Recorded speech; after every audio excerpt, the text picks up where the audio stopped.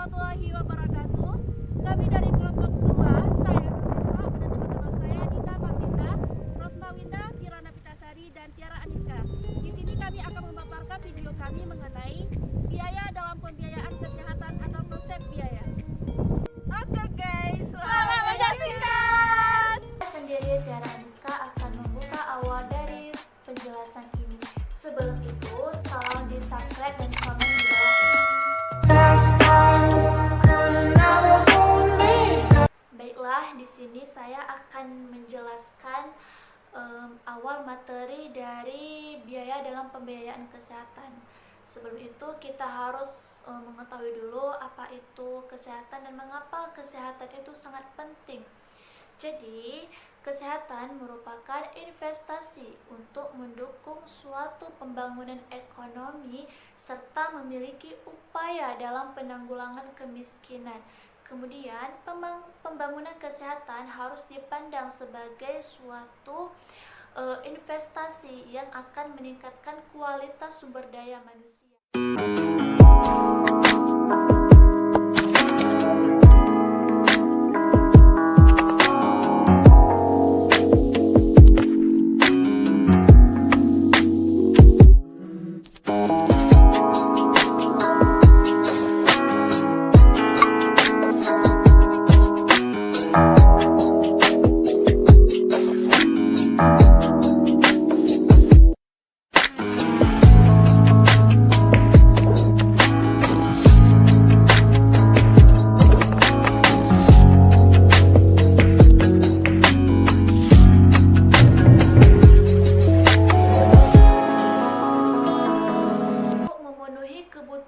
Tuntutan masyarakat terhadap kesehatan, banyak hal yang harus dilakukan. Salah satunya adalah penyelenggaraan kesehatan. Pelayanan kesehatan masyarakat prinsipnya mengutamakan pelayanan promotif dan pelayanan preventif. Pelayanan kesehatan masyarakat prinsipnya mengutamakan pelayanan promotif dan pelayanan preventif. Nah, kira-kira definisi pelayanan kesehatan promotif dan pelayanan kesehatan preventif itu apa ya? Jangan kemana-mana, tetap simak video ini.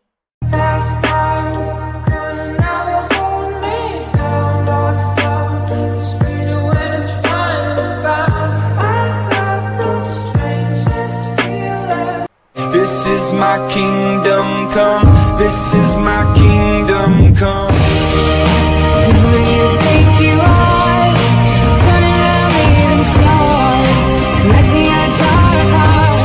Saya Nurisma akan melanjutkan pembahasan mengenai sumber-sumber pembiayaan. Nah, sumber pembiayaan yang kita ketahui biasanya kan cuma dari pemerintah. Pada hakikatnya itu ada 4, dari pemerintah, dari swasta, yang ketiga dari masyarakat. Nah, kalau dari masyarakat, ini biasanya dalam bentuk fee for service. Ya, artinya masyarakat yang wajib membayar iuran ketika mereka mendapatkan jasa pelayanan kesehatan, dan juga bisa dalam bentuk asuransi. Yang keempat itu ada dari sumber lainnya. Nah, sumber lainnya itu bisa dikatakan dalam bentuk dana hibah ataupun pinjaman dari luar negeri. Kemudian di setiap negara, sumber pembiayaan itu juga berbeda-beda. Khususnya di Indonesia, pada umumnya itu ada 2, dari pemerintah, dan yang kedua itu sebagian ditanggung oleh masyarakat. Nah, kalau dari sumber pemerintah, berarti seluruh biaya pelayanan kesehatan itu diselenggarakan sepenuhnya ditanggung oleh pemerintah dan tidak ditemukan pada milik yang swasta. Kemudian, kalau dari sebagian ditanggung oleh masyarakat, artinya itu melibatkan masyarakat dalam memberikan kontribusi pembiayaan kesehatan, yaitu masyarakat diharuskan untuk membayar iuran terhadap layanan kesehatan yang diterimanya, atau bisa dikatakan bentuk fee for service. Pembiayaan kesehatan di tingkat kabupaten atau kota itu ada 2. Pertama dari pemerintah dan dari non-pemerintah. Nah, kalau dari pemerintah itu ada 4, dari pemerintahan pusat, provinsi, kabupaten atau kota, dan dari sumber lainnya. Nah, kalau dari pemerintahan pusat berarti sumber pembiayaannya itu berasal dari dana tugas pembantuan atau TP, dari dana kesehatan penduduk miskin, dari bantuan operasional kesehatan, dan juga bantuan lainnya seperti hutang dan hibah. Kemudian kalau dari pemerintahan provinsi, berarti dananya itu berasal dari dana dekonsentrasi dan pendapatan asli daerah. Kemudian kalau dari kabupaten atau kota, bahwa dananya itu berasal dari dana alokasi umum, dana alokasi khusus, dan dana kesehatan penduduk miskin. Kemudian kalau dari sumber lainnya, itu ada pelayanan kesehatan TNI Polri, biaya kesehatan milik BUMN atau BUMD, dan juga dari kementerian serta subsidi premi PNS. Yang kedua yaitu dari non pemerintah. Bahwa dari non pemerintah ini sumber pembiayaannya itu berasal dari milik swasta, LSM atau lembaga swadaya masyarakat, dari sebuah yayasan, dan juga berupa donor, yaitu suntikan dana dari luar ataupun perusahaan milik swasta. Dalam pembiayaan kesehatan ada dikenal dengan istilah biaya kesehatan, yaitu dana yang disediakan untuk menyelenggarakan ataupun memanfaatkan berbagai upaya kesehatan yang diperlukan baik oleh masyarakat, perorangan, maupun keluarga. Kemudian istilah kedua yaitu health account. Ini erat kaitannya dengan belanja kesehatan, yakni proses pencatatan dan klasifikasi data untuk menggambarkan aliran belanja dalam penyelenggaraan sistem kesehatan sebagai monitoring transaksi. Konsep health account ini adalah untuk menjawab dari beberapa pertanyaan mendasar, yakni dari mana sumber dana kesehatan, siapakah yang mengelola, siapakah yang akan dibayar, fungsi apa yang akan dilakukan, dan apa manfaatnya. Kemudian juga masuk dalam kegiatan program yang manakah, dan pada jenjang apa fungsi tersebut dilaksanakan, kemudian kelompok mana yang akan mendapatkan manfaat dari pelayanan kesehatan tersebut. Health account diperlukan untuk mempelajari pengeluaran masa lalu secara retrospektif dan meningkatkan sistem akuntabilitas dan perencanaan, kemudian alokasi sumber daya yang bertujuan untuk membantu negara-negara dalam melindungi rakyatnya dari ancaman pengeluaran biaya yang tidak jelas. Kemudian, mengurangi ketidakseimbangan dalam kesehatan pada program jaminan kesehatan nasional. Adapun fokus health account yang paling utama itu ada 5 dalam reformasi pembiayaan kesehatan. Yang pertama yaitu desentralisasi fiskal atau DHA, yang kedua yaitu fee for service ataupun iuran yang harus dibayar oleh masyarakat ketika mereka menggunakan jasa pelayanan kesehatan. Yang ketiga yaitu pembiayaan kesehatan untuk masyarakat miskin. Yang keempat adalah alokasi pembiayaan publik, dan yang kelima yaitu asuransi kesehatan. Tadi di penjelasan saya sebelumnya saya ada menyinggung mengenai monitoring, asuransi, dan desentralisasi fiskal. Nah, apa sih yang dimaksud dengan ketiga hal tersebut ini? Yang pertama, monitoring. Monitoring itu adalah aktivitas yang ditujukan untuk memberikan informasi tentang sebab akibat dari suatu kebijakan yang sedang dilaksanakan. Kemudian monitoring ini dilakukan ketika sebuah kebijakan ataupun sebuah perencanaan itu sedang diimplementasikan. Kemudian apa sih tujuan dari monitoring?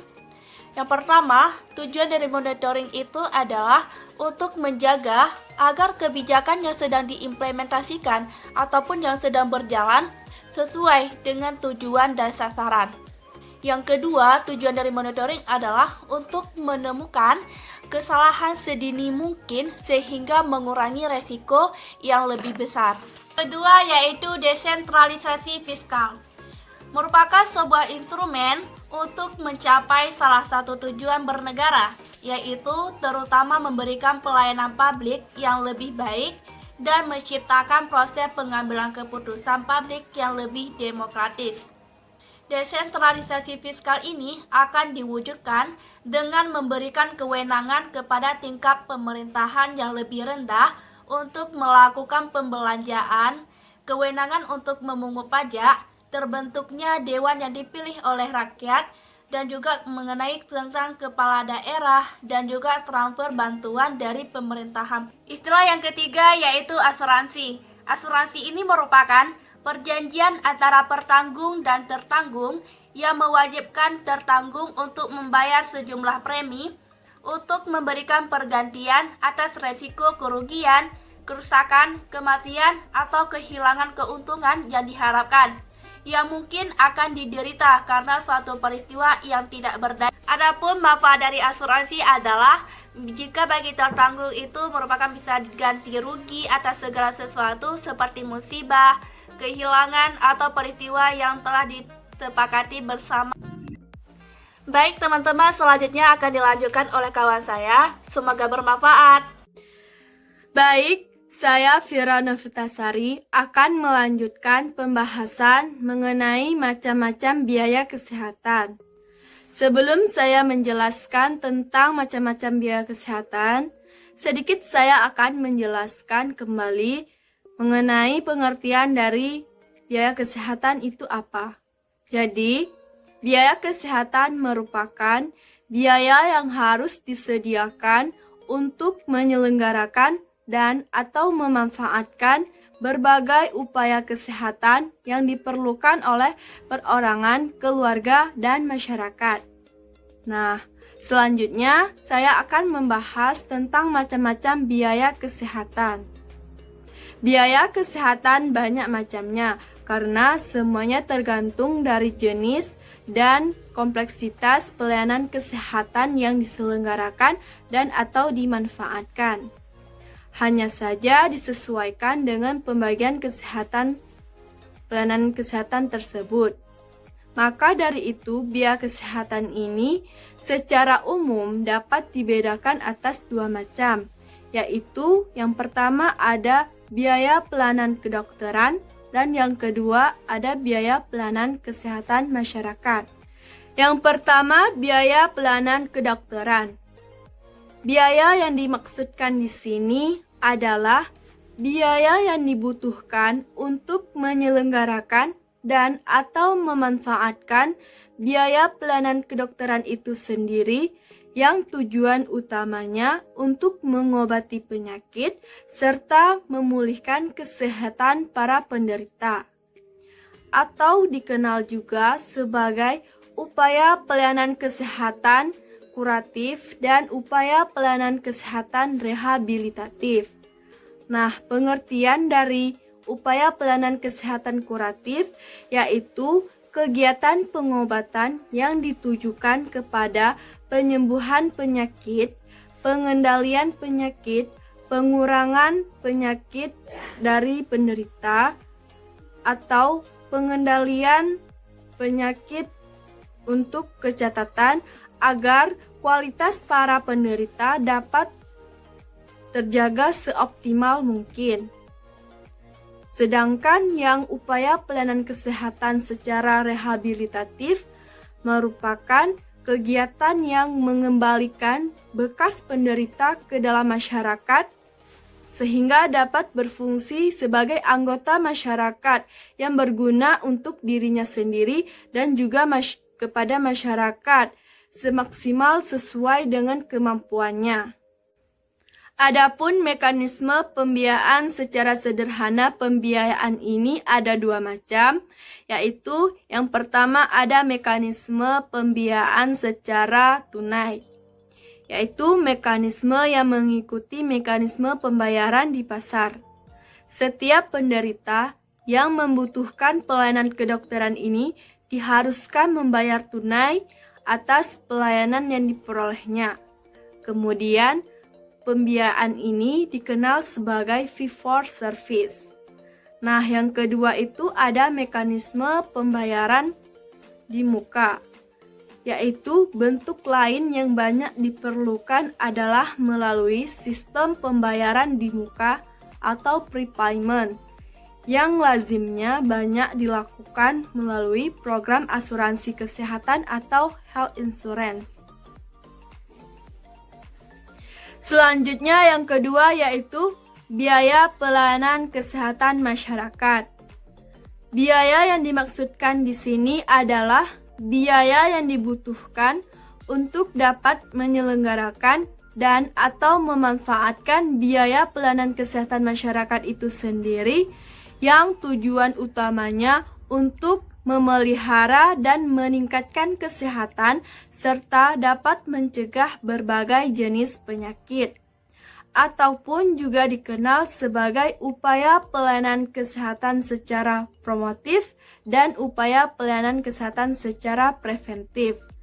Nah, pengertian dari upaya pelayanan kesehatan secara promotif merupakan kegiatan yang lebih mengutamakan yang bersifat promosi kesehatan.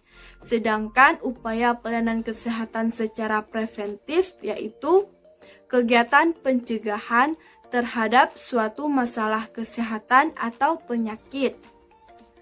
Sama halnya dengan biaya kesehatan secara keseluruhan. Maka, masing-masing dari biaya kesehatan ini dapat pula ditinjau dari dua sudut. Yang pertama itu ada dari sudut penyelenggara kesehatan atau health provider, yang merupakan besarnya dana yang harus disediakan untuk dapat menyelenggarakan upaya pelayanan kesehatan. Nah, yang kedua itu ada dari sudut pemakai jasa pelayanan atau health consumer, yang merupakan biaya yang harus disediakan untuk dapat memanfaatkan jasa pelayanan kesehatan masyarakat tersebut.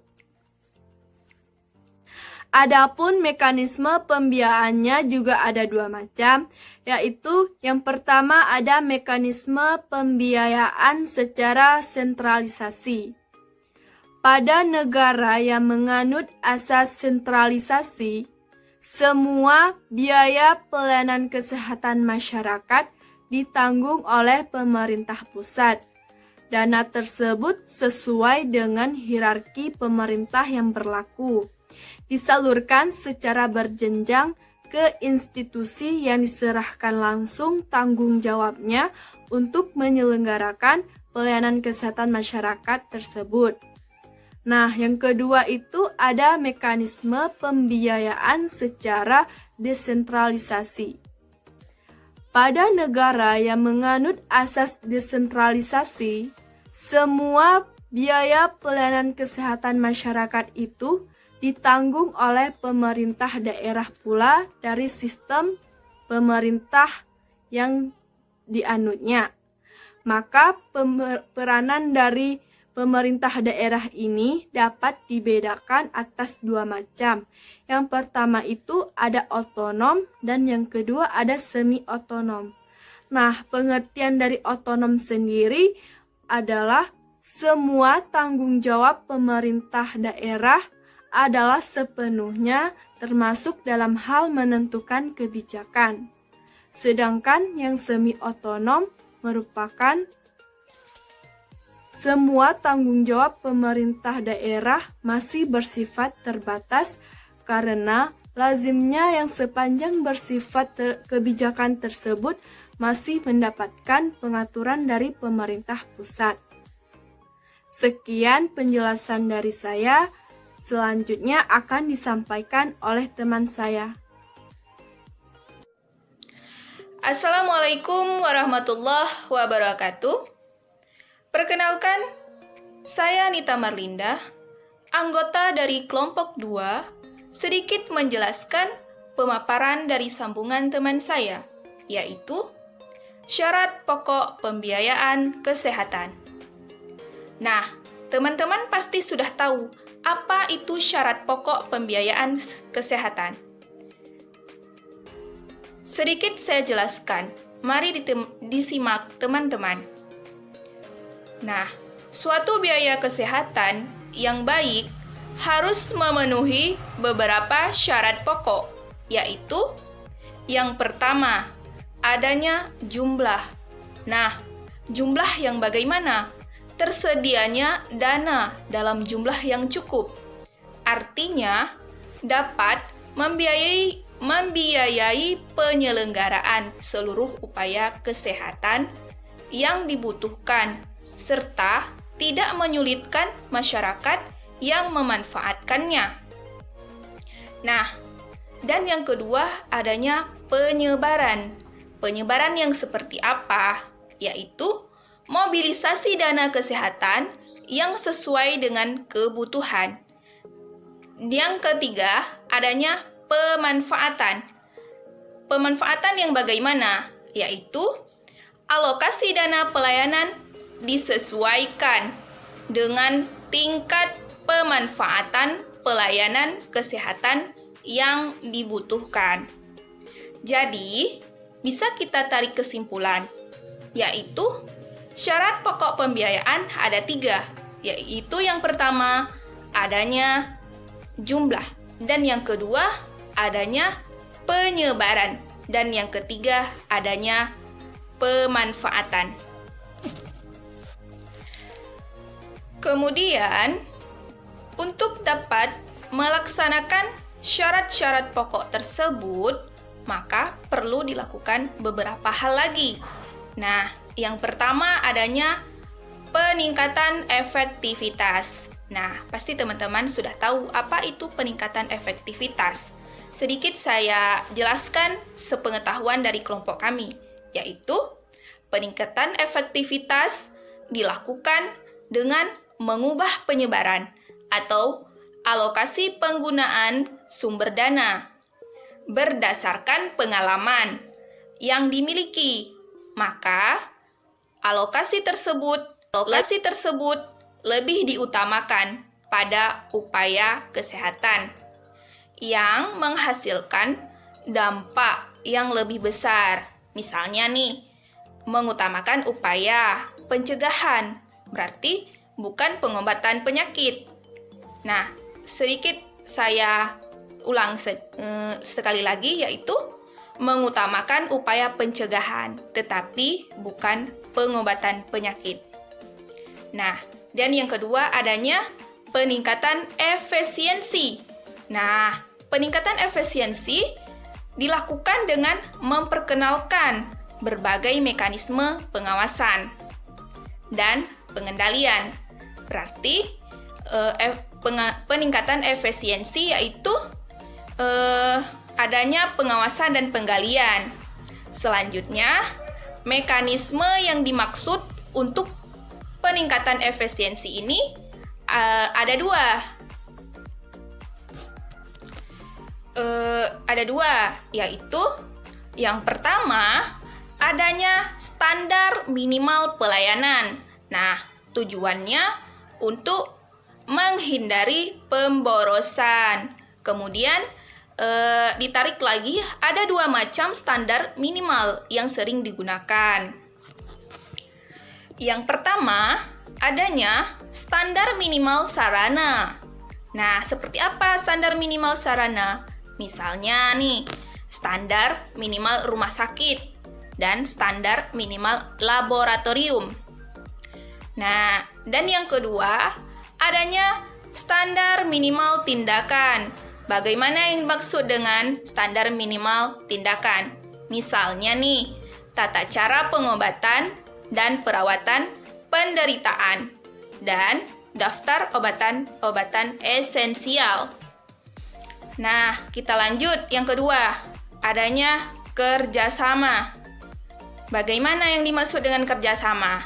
Yaitu bentuk lain yang diperkenalkan untuk meningkatkan efisiensi, ialah memperkenalkan konsep kerjasama antara berbagai sarana pelayanan kesehatan.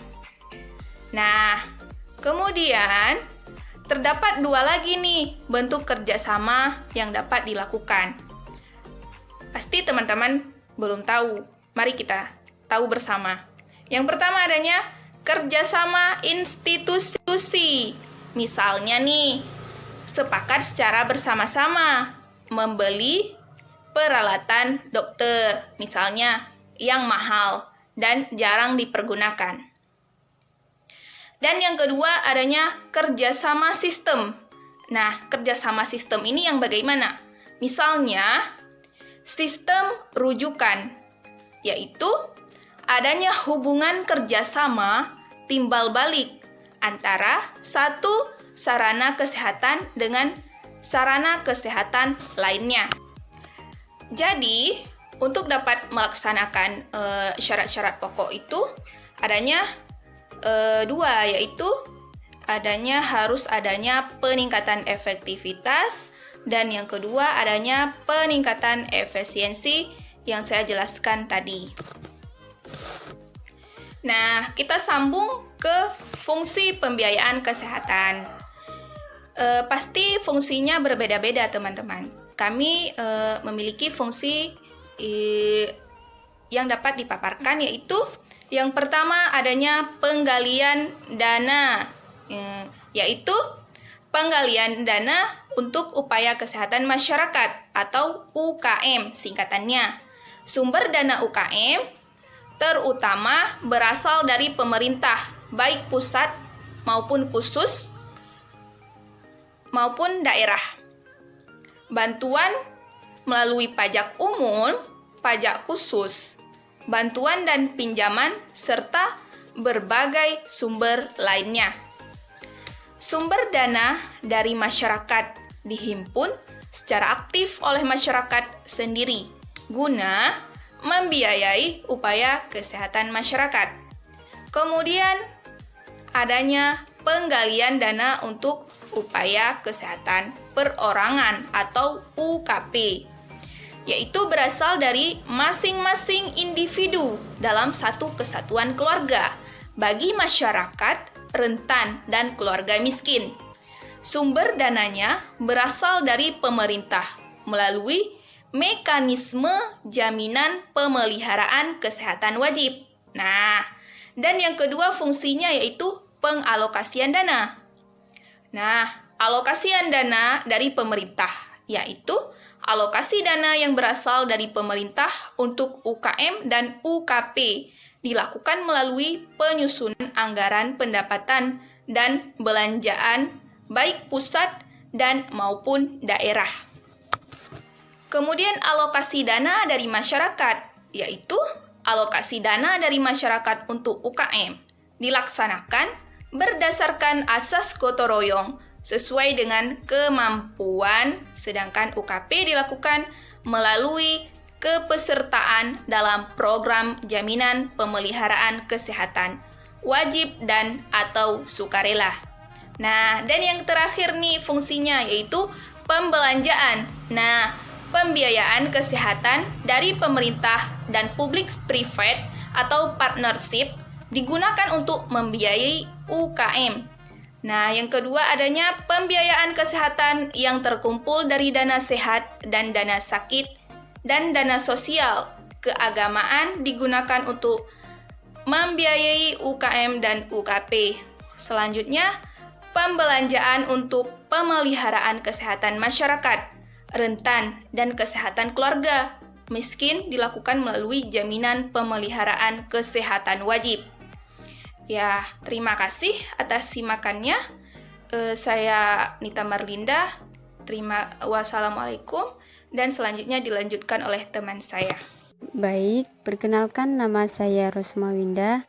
Saya akan melanjutkan presentasi dari kawan saya itu tentang masalah pokok pembiayaan kesehatan dan upaya penyelesaiannya.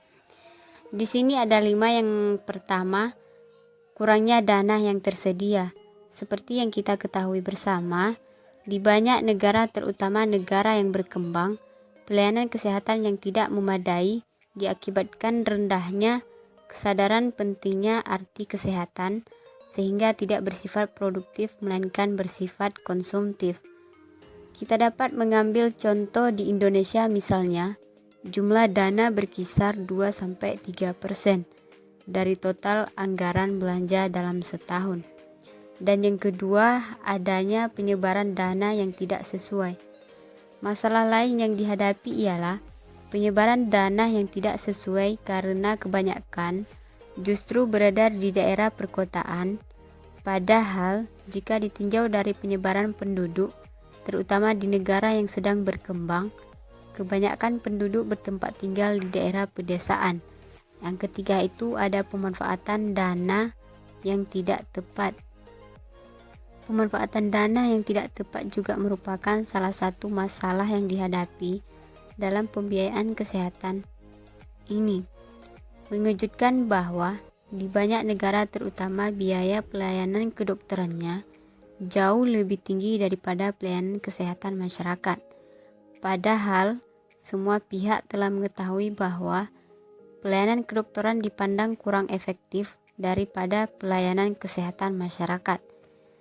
Yang keempat itu ada pengolahan dana yang belum sempurna. Seandainya dana yang tidak tersedia amat terbatas, penyebaran dana pemanfaatannya belum begitu sempurna. Namun, jika apa yang dimiliki tersebut dapat dikelola dengan baik, sayangnya kehendak yang seperti ini sulit diwujudkan. Penyebab utamanya ialah karena pengolahannya belum sempurna. Yang kelima, ada biaya kesehatan yang makin meningkat. Meningkatnya biaya kesehatan sangat dipengaruhi oleh tingkat inflasi yang terjadi di masyarakat, maka secara otomatis biaya investasi secara operasional pelayanan kesehatan masyarakat akan meningkat.